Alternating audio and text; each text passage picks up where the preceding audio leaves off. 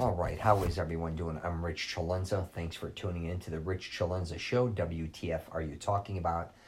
So what I want to get into today is rules. Yeah, so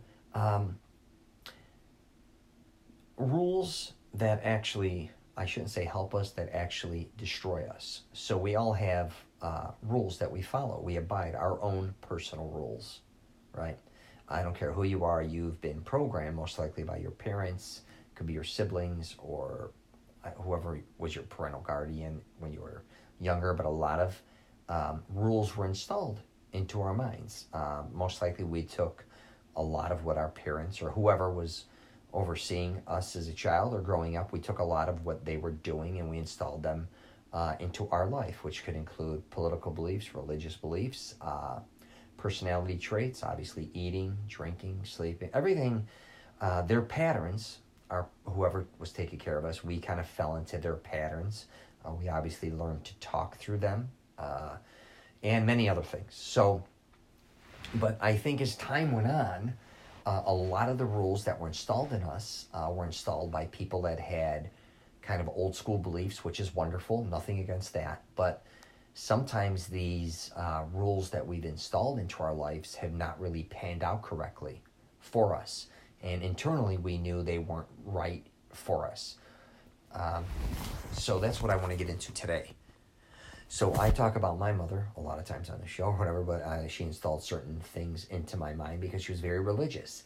And my father was actually raised in a military school who was obviously, I think when he was younger, very religious. And then as he got older, he went and opened his own nightclub. So at that time, I'm not going to say he was anti-religious. That's not fair to say. But he definitely wasn't living a very religious lifestyle.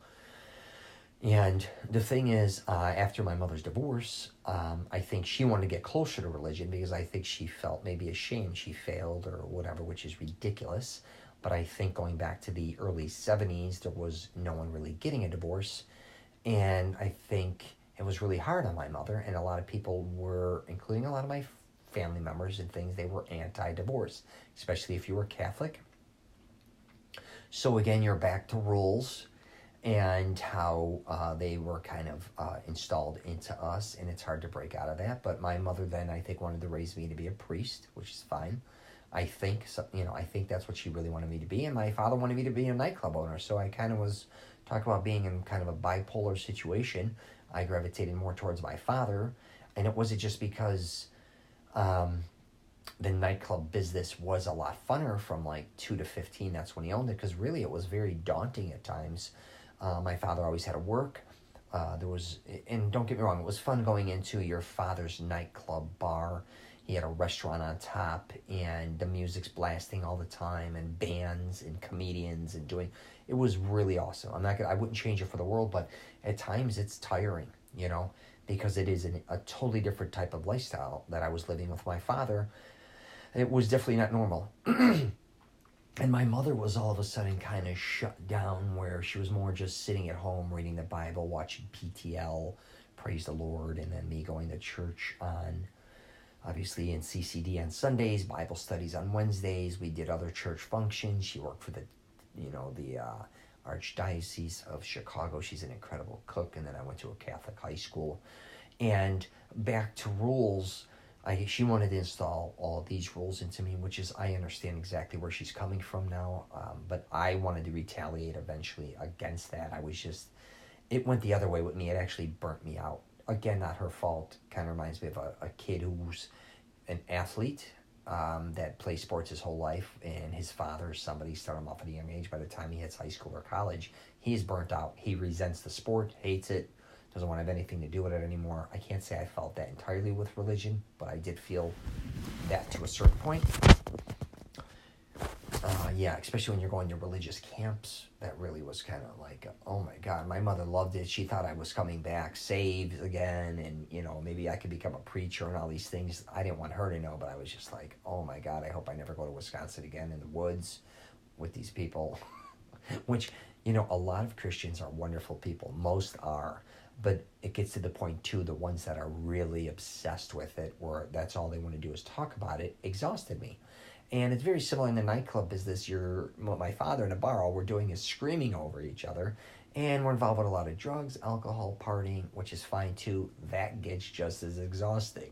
So, I was incorporated with all these rules, and they were very confusing to me because no matter what side I was on, I felt kind of weird. Like when I'm with my mom, I was thinking more like, yeah, I'm a lot more like my dad. I'd rather be doing kind of what he's doing right now than sitting here all the time, even though I love peace and tranquility. But I was like, this is kind of boring. I'm used to, when I'm with him, it's this way. Then when I'm with him, I'm like, oh, I feel bad. My mom's alone. She's sitting at home right now. And, I'm around this certain environment that she doesn't really necessarily even know that I'm at or that I'm around to the level that it's at.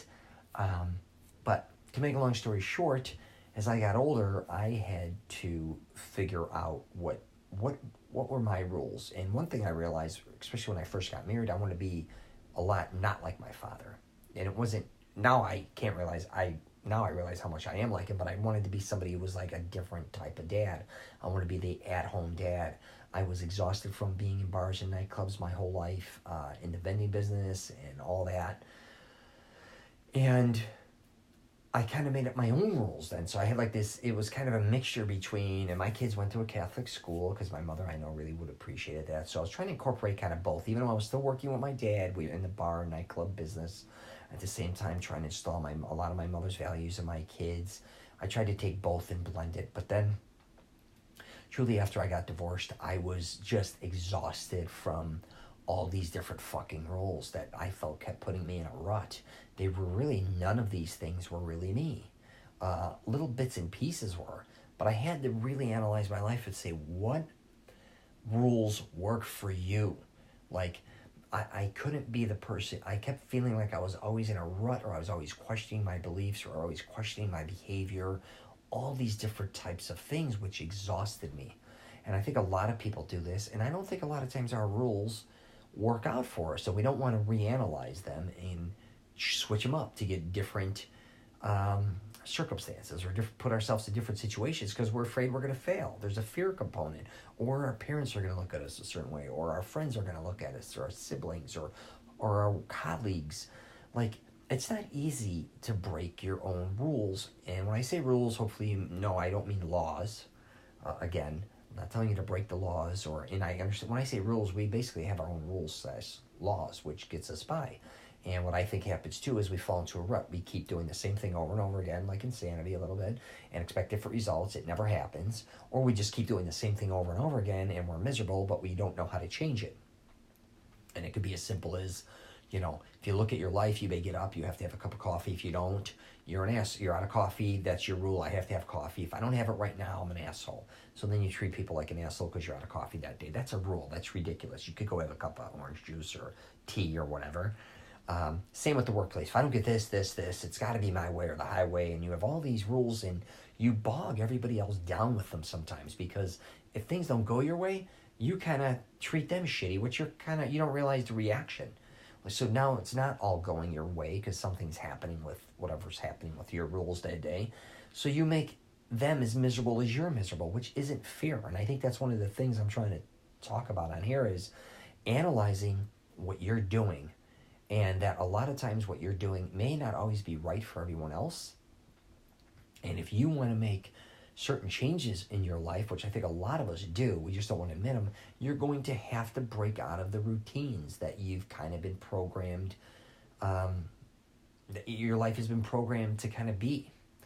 And I know that's hard to do. It's very hard to do because a lot of fear is blended in there along with a lot of, I can't say stress, but not the unknown is sometimes, worse than the known, right? Or whatever. I don't know if I screwed that up, but I think you get the point. Like, for you to all of a sudden say, I don't want to live this type of lifestyle anymore. I want to change. I want to dress differently. I don't want to be a part of this. I don't like this political party. I want to change. Or I don't like this religion. Or I don't like this. It takes a lot of balls to do that. But I see so many people using laws or rules, either one, to restrict them, their own personal laws or rules, to restrict them from getting the things they want to get. And I talk about even my friends who want to fish all the time, who never seem to be able to go fishing. And I'm like, we live in Orlando, Florida. There's 1 million lakes. And if you go east, west, or south, there's the ocean. But for some reason, they have all these rules. Well, I can't because of work, and then I got the kids, and then this and that. I'm like, all you got to do is get in your car with your pole and go fishing. How fucking complicated is this? But we, for some reason, I think a lot of times as human beings, again, back to being programmed, we disciplined ourselves to put up all these barriers to sometimes get what we want, even if it's simple. It's weird. It's like we want to bog ourselves down. And I don't understand that myself. And I had to learn to say, hey, what I want, I'm going to truly go after, or I'm going to be basically kind of miserable. If I want something, I want to get it. How am I going to get it? Most likely I'm going to have to change up some of my rules or laws to get it, or at least be a lot more open-minded. And I see that with possessions too. A lot of guys where, they want something. It could be an old car, a vintage car. They want to get something unique, and they're like, I can't do that because I got to get this type of car. I can't. If you can't afford it, it's one thing. But some people actually can afford it or get creative to get what they want, but they still, again, won't change their lifestyle or their belief patterns to get what they want. So they'd rather kind of live in misery than make changes to make themselves happy, which I find quite interesting. But just by changing some small rules in your life or whatever, laws, you'd be shocked at how that kind of builds momentum and how, experiencing new things. Because I always say where you learn the most is by experiencing something new. It's the experience that teaches you, I think, a lot of times, not just reading about it or watching something about it or somebody else telling you about it. It's you truly experiencing it. But for you to experience certain things, you've got to break out of what you keep doing. Because you need to experience something new, obviously. To do something new most likely means changing something that's old. You can't keep doing something new if you keep doing the same things over and over again that you've been doing for years and years and years. And I went through that a little bit myself after I got married. I didn't want to travel anymore. I was exhausted for a long period of time. And then after I got a divorce, I started traveling again, and I was shocked at how many rules I had to break, because now I'm traveling so much, where I was just so used to, hey, I wake up, I only eat oatmeal and this, and then I had to take my kids to school, and after school I went and worked on, then I had to work. After work I went and grabbed my kids. Like, this was a rule I did for years. I did all these things, but now with traveling, I'm in different cities, different states, even different countries, visiting all different things. So there really was I had to kind of conform, is what I should say, into something different. And the more I conformed into something different or was open-minded, the more I was learning, not only about where I was at and what I was doing, but about myself, to say, wow, I kind of was really closed-minded. I had all these rules that were restricting me from learning so many different things or having so many different outcomes. And our belief patterns with that, it was kind of being somebody who was so set in their own ways. And I think I also wanted people to only at certain times in my life look at me a certain way. So you don't want to change it up because, oh my God, what would they say now? Now I'm doing this instead of that. And, it becomes an identity too. And it could be even at workplaces, like people saying, I smoke. For instance, I don't smoke, but I'm saying for people who smoke, and I don't think a lot of people want to quit smoking, hypothetically, but some enjoy it. If you love it, God bless. Some people want to quit, but they don't want to quit the identity that comes with smoking. So it could be like smoking with your friends after work, or, you go to a bar, or smoking then, or a smoke break, or a lot of things we do, again, because we're doing something that actually makes us miserable and happy at the same time, is what I should say. So you got to kind of figure out tit for tat what's really going to work for you. And it's hard sometimes to break an identity a little bit, and I talk about that in my Men's Mastering Self-Confidence program, is that to really get the woman, the program is about getting the woman or woman of your dreams, even if you've been through a bad breakup or divorce. If things aren't working for you, if women aren't gravitating towards you, if they're reflecting off you or keep slipping you in the friend zone, then there's something you're doing. Your behavior, for one, is not working. And you're back to your laws or your rules. Whatever you keep doing over and over again is not working. You've got to switch it up. Now, I'm not saying you have to change entirely as a human being, but your approach most likely is going to have to change, right? If you think by sitting in your house, in your basement or in your bedroom, or just sitting on a bar stool and just not talking to anybody, looking at your phone, and you think women are just going to start gravitating towards you, most likely you're nuts. You're going to have to learn how to kind of market yourself, how to put yourself in the right place at the right time to be around the right type of women that you want to be around. It's really that simple, life, a lot of times. But again, we put in all these barriers or rules to say, no, I can't do that because, my uncle told me this is how you pick up women, or you can't do that because I read in a magazine, this is how you do it, or you do this or that. A lot of this is other people's stupid fucking rules bogging you down into your life. You need to figure out what works best for you and learn to switch it up, man. Like I just told you when I was traveling, change is good. People get afraid of evolving and changing. They almost want to be afraid, or they're almost afraid by changing. People, again, are going to look at them a certain way now, or you're not the same person. Listen, I understand you value who you are, and that's a great thing, right? I want you to value who you are, and I would say that to anybody, but you have to understand there's always room for improvement no matter what you do in your life, right? And the more you're open-minded, the better off you're going to be regarding that. And again, when I say laws or rules or change for the better. I'm not saying change for the worse. Because I think a lot of times we do make changes, but they're not always better. And you look in hindsight and go, wow, why did I end up doing this? This just even hurt me more. Look at this. I should have known better. None of these things. So even if you want to get in better shape, you obviously know not to start smoking or drinking. I'm just using for an example. You want to get better shape, you start going to a gym, or you start running, or you start doing things to get you in better shape. It's kind of common sense, but a lot of times when things go wrong in our life, we start incorporating even more problems or more drama into our life, which only hurts us even more. I'm saying when things start to go wrong, start to make them right. It's real obvious. For the most part, you already know who you are. You know what works for you and what doesn't work for you. You kind of know it. You know if you're a bullshitter. You know if you're a liar. You know if you're a health nut. You know if you're, you know if you're a hard worker. You know if you're lazy, or all these different type of things. And we are who we are. But if you do want to make certain improvements in your life, you have to understand you're going to have to change your laws, your rules, and that's just the bottom line, I think, right? Alrighty, so I'm going to leave it at that today. If you get a chance, check out my YouTube channel, Rich CELENZA. I've got that Mastering Self-Confidence program I was just telling you about. If you're having any problems meeting women, check it out. I try to help men with fashion, fitness, hygiene. I'm on Twitter and LinkedIn as well. And I hope I don't offend anybody. And I'm definitely not here to change anybody. I'm just really here to try to tell people sometimes on my podcast to just really start analyzing your life and learn from what you've done in the past. Is it really helping you with your future? Because you're only here for a short amount of time and you are gone. When you're gone, it is over. Start trying to live the life you really want to live. And I understand a lot of people are like, well, that's impossible because I want to live like a millionaire, and I want to live in Hawaii, or I want to live on an island, or I want to do this or that. Well, if that's really what you want to do, start putting the pieces together to do that. But I think for the most part, and I talk about this all the time, a lot of people are very simple. I think when you break it down, and a lot of us want a good meal, they want to be around good company. If they have kids, they want them to be safe and happy.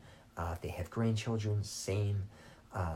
And the smallest things I think in life, like going out for ice cream, having a good cup of coffee, just spending time with family members and friends and colleagues, that's really what life really kind of comes down to. And I think a lot of people have these things where they're just bogging themselves down, where what they don't have hurts them with their mindset now. Don't let that happen to you. Like, really enjoy every moment is the best you can, because you may never get a moment like this again. Your health may change. You may go to a doctor tomorrow and they may say you have cancer, hypothetically, or you may get in a car accident tomorrow and be paralyzed. Like, no joke. I always say this, and I mean this, and I haven't said it in a long time actually on a podcast. I don't know if I ever said it on a podcast, but whenever I eat a great meal, I'm like, this could be my last great meal. I see my mother in Chicago, I'm like, when I'm leaving her, I'm like, is this the last time I see? I mean, same with my father, same with anybody. I travel a lot, and I try to really appreciate the moment I'm in. So when you start making these rules and these things, really start making them where they pan out to the point where you really start enjoying your life.